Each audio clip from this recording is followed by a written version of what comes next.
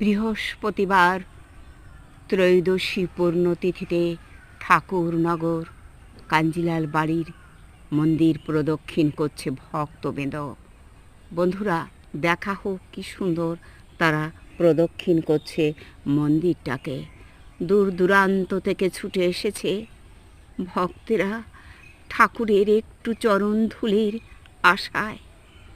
এই তো আদরি কাঞ্জিলাল নমস্কার করছে মন্দিরে, এই তো। আর সাথে আছে গীতা বিশ্বাস।